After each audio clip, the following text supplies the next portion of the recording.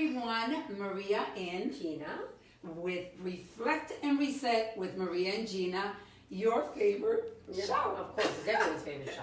Every Wednesday, we know you're waiting for 5 o'clock so that we can go live and talk to you, bring you information that is valuable to you and your family, because that is our mission. Not just about bringing healthcare to you, which is our primary mission, but we want to talk about topics that are also extremely important to the family. So Gina, yes, let's introduce our guests. So we have a great guest today. We have Edith Shiro, who is a licensed psychologist, and she practices in this area, right? And we're going to focus on. Well, she used to. She's a special guest from Miami, right? Oh, yeah. She from Miami, just to be on the show, because that's how popular we are. But we're going to talk a little bit about what she does. First, we're going to get to know her first, and why don't you tell us a little bit about who you are? Absolutely, I'm so grateful and to be here with you guys, and it's such a good energy, good vibe, really. And I'm a licensed clinical psychologist. This used to live in New York, and I had my private practice here in New York. And then I moved to Miami, and I still have people from here, from there, from all over the world. Really, it's a privilege. I specialize in family therapy, couples therapy, parenting issues. I also specialize in trauma and traumatic stress, PTSD, post-traumatic stress, and different kinds of conditions like immigration, refugees. I used to do a lot of work with refugees here in New York because there are a lot of refugee communities back in Miami as well. And of course the immigrant community is very, very large in both places. And also, all kinds of trauma like, violence, sexual abuse, we had the Parkland shooting, like that kind of thing, as well as, relationship violence, emotional abuse, psychological abuse, and things like that as well. So some lighter and some, a little bit heavier. Yeah. That's pretty good that you actually are able to balance it, because I would think, just dealing with trauma all the time. I know my niece, Kimberly just became a doctor in psychology, and her specialty is trauma. So I ask her, like, how do you deal with this? And I know she has a psychologist that she talks to. Absolutely. So you have to have that mentor supporting you. And it's not just a mentor. Listen, the way I explain to my patients and to everybody is like, I am my own instrument. So if I have to be sharp and I have to be in good condition to use myself in the session and to be able to be an agent for transformation. So if I'm not in a good place, how can I be in a good place with somebody else? So it's a responsibility in some ways, and that's what I tell everybody that works with people, doctors and mental health workers, and you have to take care of yourself. And really, for everybody these days, you have to take care of yourself in order to function well. To have healthy relationships, to have good places. And so I'm always either in therapy or doing something for myself. I just came out this weekend from an amazing transformational workshop, and then I use some of this and recommend it to my patients as well. So it's like a very dynamic, and for me it's like an everyday learning experience. I have to be always learning, always open to new things. So. Yeah. I mean, for me, I'm a huge advocate, as I was telling you, of mental health.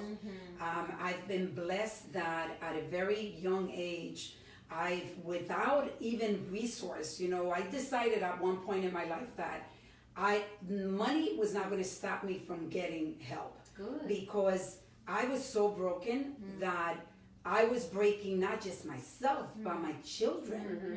I was breaking the people around me, and that's why I think therapy is something that everyone should go through. Absolutely. No, and that's such a strong message. It's like knowing that mental health is something to take care of and to be mindful of, and to have that available for everybody. And it's like going to a doctor when you have a stomach ache or a broken leg or whatever. The same thing. You have to take care of your brain. You have to take care of your mind. You have to take care of your mood, of your soul. It's all part of like the responsibility. It's also lifting the stigma. Absolutely. There's such a stigma about going, and there are so many people that say, well, there's nothing wrong with me.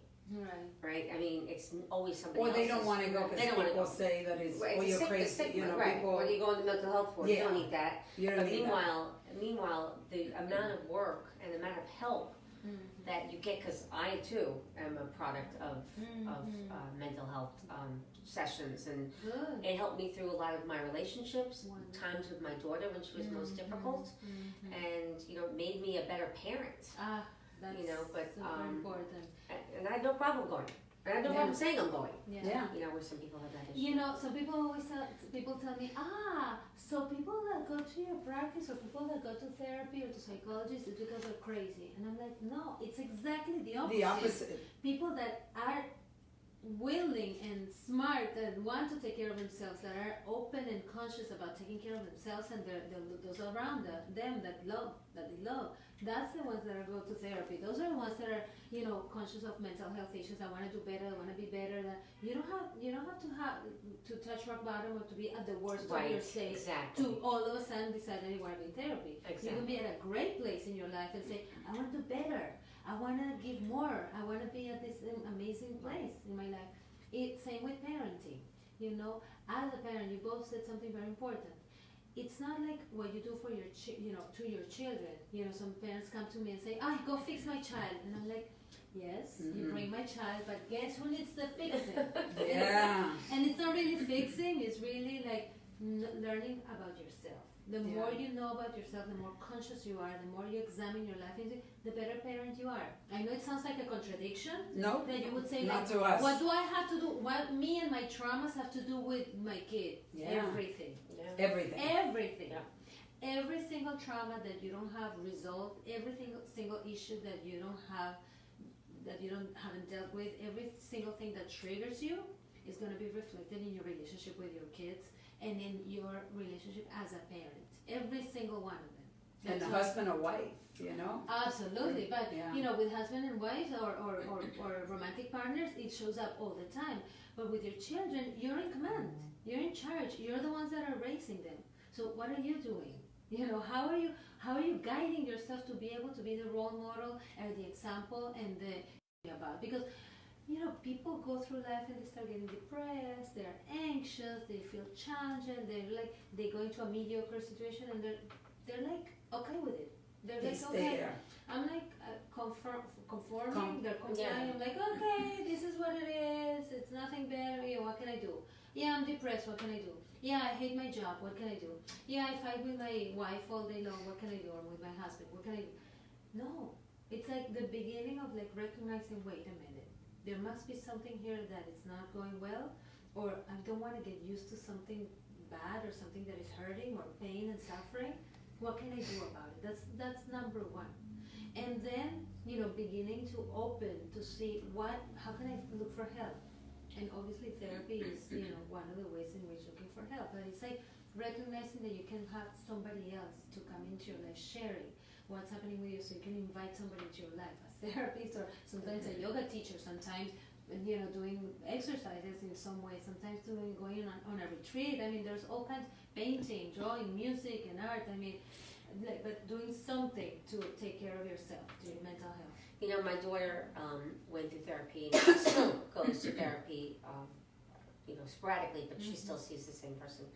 And I said this on another show that we had, and for her to go, she was so closed. She would go in with the hood, and then she wouldn't even want to be seen. She wouldn't even talk for the whole session, for sessions. And then gradually, the hood comes down, the sweatshirt comes off, and she starts to open, and she is a big advocate. She's 30, she's going to be 30 in February. Wow. She's a nurse, and she's religious. She loves going to therapy. I love that. That's such a great example. Yeah. I think one of the biggest challenges, though, that we have is the access to therapy. Yes, absolutely. That is a big challenge. There's not enough of you. Financially, you mean? Financially, yeah. Insurance companies don't really pay for it. And it's horrible. That's one of the craziest issues.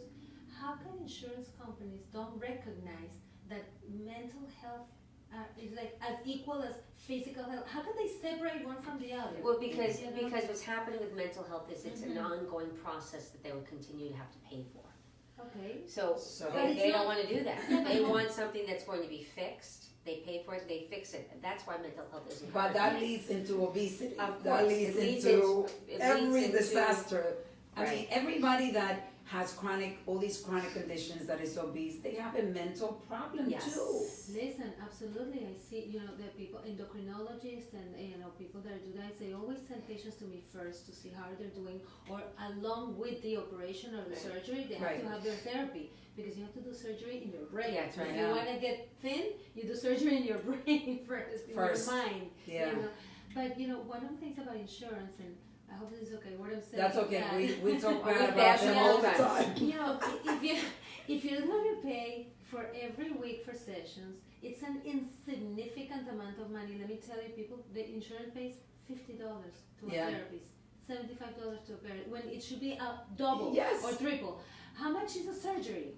Thousands of dollars? How much is a procedure? How much is it like that? And that's justified, but the every week work on yourself is not justified.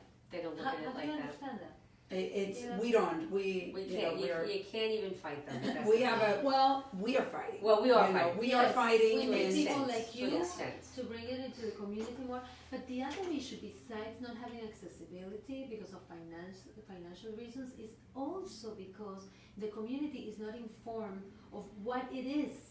Like, for example, people come to me all the time. Edith, Dr. Shiro, are you a psychologist or a psychiatrist? How do I find a therapist? What do I do? How there's so many levels. No clue how to go about it. So even people that want it, even people that have the money, or even people that want to use insurance to do that and it covers, they don't know how to navigate it. They don't know how to go about it. They don't even know the terms and the differences. So it may be, talk about the differences. Yeah. So because to us we know it, but many of them don't. So one of the main things, and I'm sure you guys have this issue too, is like people come and say, okay, what is it? Is it a psychologist or a psychiatrist? So the main difference is a psychiatrist is a person that has studied medicine and that specializes in providing medication, psychotropics, pharmacologists to the mental health conditions. Okay.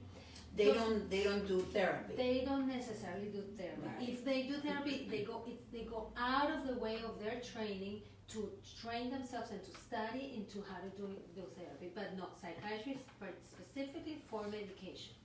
It's rare, the kind of psychiatry that also does therapy. So they actually get the referral from you. Absolutely. That says, this is the condition, this is the issue, I want them to see you for medication. Absolutely.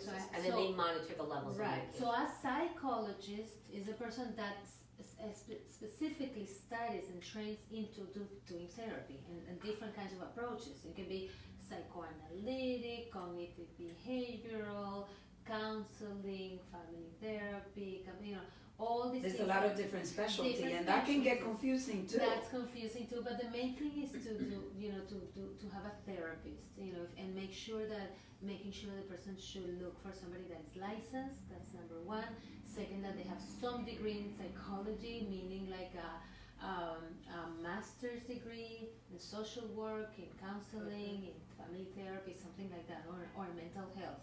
Right. So those are people that do therapy. Now, I have a group of psychiatrists that I refer to when I see a patient that needs medication, that I work with as a team to say, see my patient for the medication that they need, and then, he continues with me for therapy. And research shows that the most efficient way to get good results, is when you combine both medication with therapy. Mm-hmm. If you do medication alone, it doesn't work as well. Yeah, it's like you're treating the symptoms but not the illness. And at the end you're not doing anything. No, because then you're on medication forever. Exactly. You want to eventually wean yourself working off. on the issues. Right. The medication is to get off the edge so you can really get in there to work on your issues. If you do therapy alone, it's fine. Because some people don't need medication. Because a lot of people don't need medication. But if you do, this is what you do. You combine both, and that's how you get really efficient and good results at a shorter period. How do you make a decision that, okay, this patient needs a psychiatrist and this patient does not? It's very specific. It's not like a random thing. It's like when people are not able to function in their everyday lives. So, for example, you can have depression. You can be, sad, depressed. It's not even sad. You can really be depressed in the sense like, it's hard for you to do things, rumination, you're thinking about things, negative thoughts, all that. But you go to work every day, you have good relationships with people around you, you can function. That's fine. You don't need medication in that sense. It's only when you can't get out of bed, when you're constantly crying, or when you're very irritated and you're like fighting with everybody around, you cannot keep up with life. Your memory is being affected, your daily functions, you're like, okay, maybe there's something else here. There might be a chemical imbalance. Let's look into that and evaluate if medication is one of the issues one of the tools that we can use, to deal with that. When you're having anxiety, everybody has anxiety. Don't we? I have anxiety. It's just like every kind of thing. We need a little bit of anxiety. Yes, we do. I agree. To keep us, going. When you have anxiety to levels that completely block you out, that blur your life, that you're overwhelmed to the point that you can't make decisions, that you're having panic attacks, which is like the highest level of anxiety, that's when you need medication, for example. You cannot. There are other ways of dealing with panic attacks and with very, very high levels of anxiety. There are alternative ways, more holistic ways, or more, I would say, let's call them alternative, integral ways of dealing. But medication is one of the ways. So people that are, for example, suffering with panic attacks, I would recommend, medication for that specific thing. Children with ADHD, I know this is overly, recommended to the medication. Some kids do need, certain percentage of kids do need medication for the hyperactivity, let's say. But not a lot of them. No, I think it's overly prescribed. Extremely overly prescribed and abused, and that's a whole other But conversation. that gets prescribed by doctors, regular doctors. Prescribe that. Absolutely. And if it's not the doctor that it's overly prescribing, is the parents that are like, I want the medication, I want my kid on medication, I want it to come down, I don't want to deal with it, I want it, to get it over with. So, it's like instead of going in there and doing the work, because it's going to be producing amazing results at the end, people don't want to do the work, They want to do like, just give me a pill, a magic pill, There's a magic pill. That's why we use so much. There was a quote that I learned today that I love quotes, but it says, an easy life is a hard life. A hard life is an easy life. Because, to get what you want, whether it's your body, you gotta work. Whether it's your business, whether it's whatever it is that you want, you got to work. Yeah. If you want to get better, you gotta work hard and do the hard work. What it is what you get out. Yeah. Absolutely.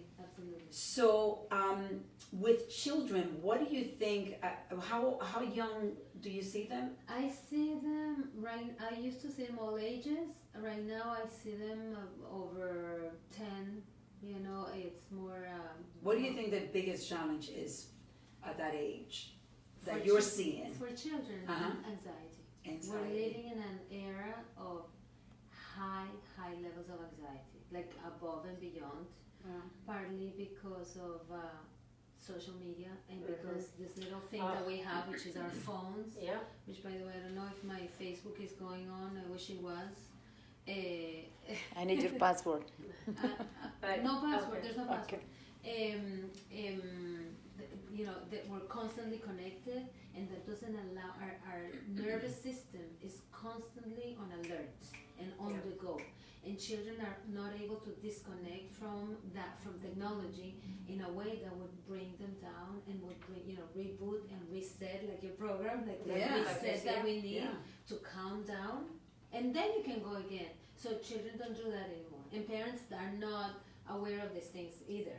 So both parents and children are constantly being bombarded with and stimulated by technology and social media all day long, and there's no calming down. So they're super anxious, they're super pressured by everything else, all the information that is going on, and everybody's like comparing themselves and contrasting themselves, like, what do I do? How do I look? Is my selfie? Did you post it? Did you know? Or I was invited to this and I see a party going on with these people. But now you find out all the time. Before, okay, you heard of a party. Now you see the party, everybody you see there the but pictures, you. everybody there, and the rates of suicide.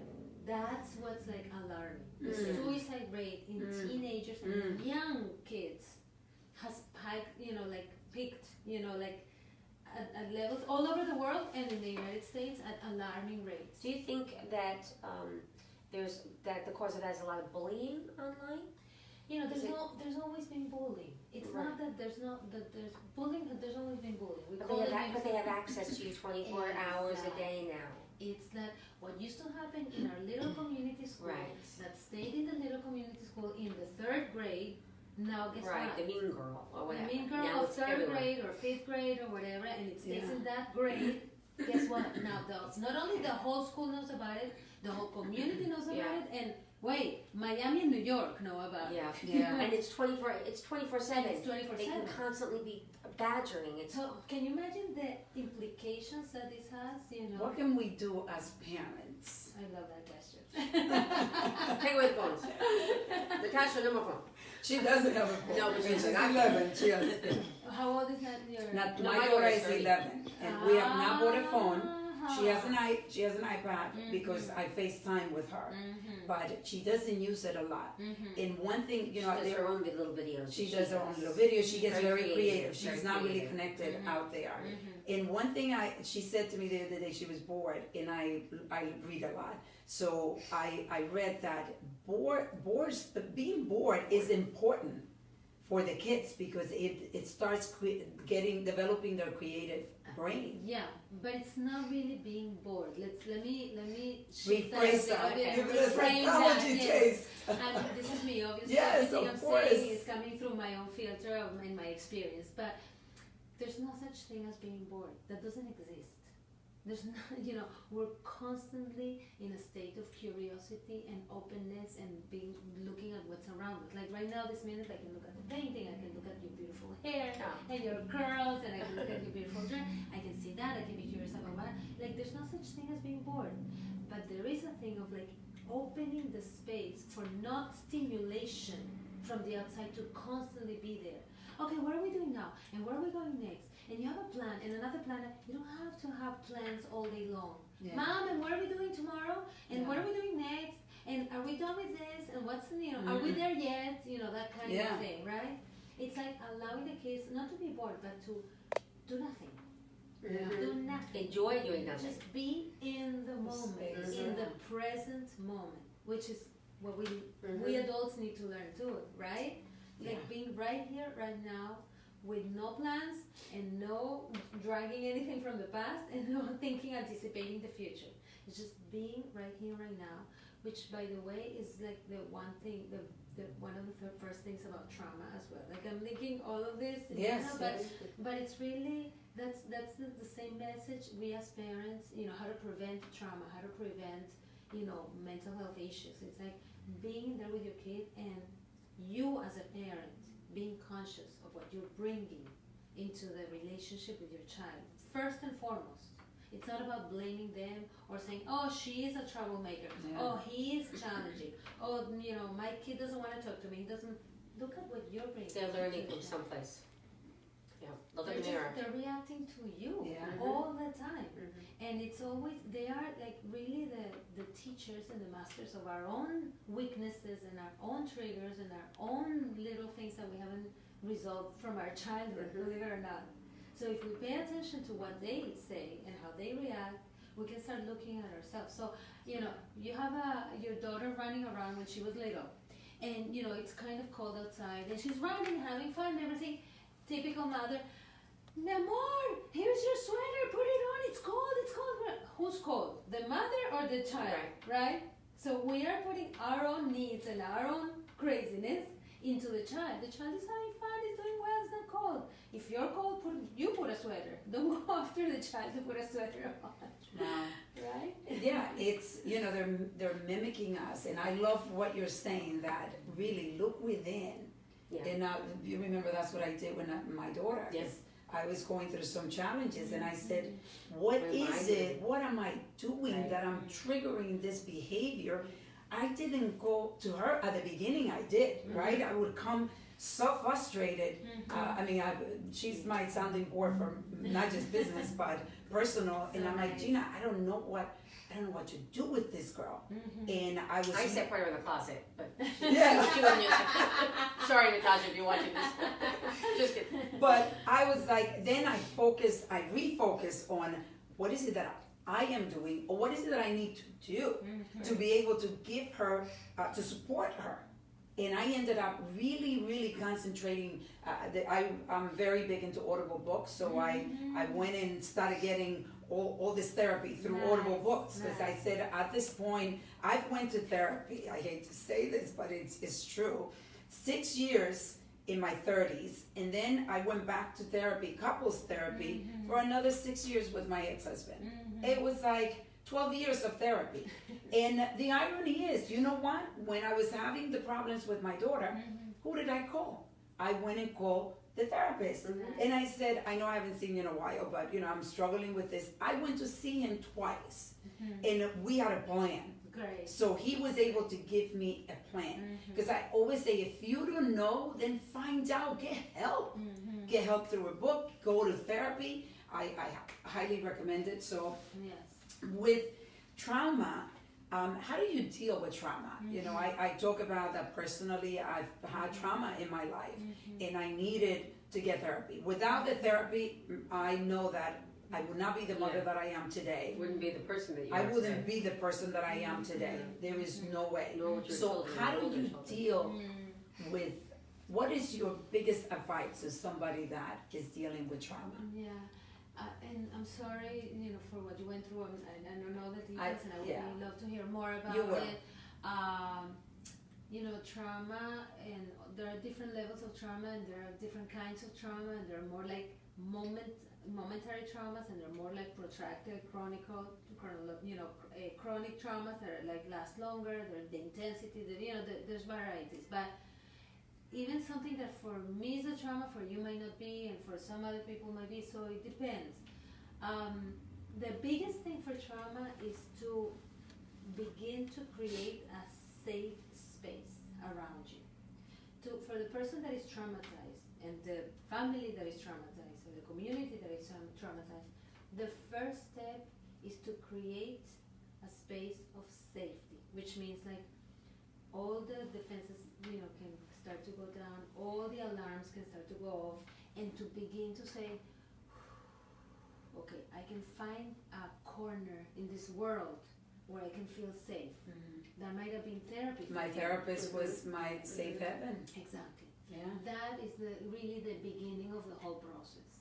And it's either finding, that's why therapy is so important. Yeah. So finding that person that is your safe haven, or finding a corner. I had a little girl, she was, I think, 7 when her mother died of brain cancer in like 6 months. It was extremely traumatic. Before she started therapy with me, the father was very good and very intuitive. He created a little corner in the room of this child, in which she had a house and little memories of the mother, and they would like sit in that corner a few minutes every day to talk about the day, or to talk about feelings, and it was like the safe space when both of them would go and sit down and feel like, okay, this is like a protected little corner, because the whole world got destroyed. The That's whole special. world, went That's down. special. So Isn't that beautiful. beautiful? I mean, I was like so grateful that the father, started to do that, because then when she came to therapy, she was already ready to create that safe space with me as well. And then we created that space in the office, and then she was able to process all these things. She's an amazing teenager these days. Doing really well. That's like one of my beautiful success cases like that. So what is more traumatic? There's a lot of big traumas. One of them, being a little girl and having your mother die. I mean, I don't wish that on anybody, but so even things like that can be used to recover, and to really work on it, and to get on the other side, healed in some way. Taking the healing journey. Yes. That's so important. Exactly. Don't stay in the pain. Don't dwell in your pain. Don't let the past destroy your present and your future. Take the healing journey. The power of now. The power of now. Yes. Live today. I Don't love live that book. fast, Yes. but So today. for those of you that want to read The Power of Now by Eckhart Tolle, excellent book. Excellent book. Well, all things come to an end, unfortunately. This is a great show, Yeah, and really good. I think everybody definitely have benefited from this, because we all, even if we're not going through it, we know somebody that is going through difficult times, trauma.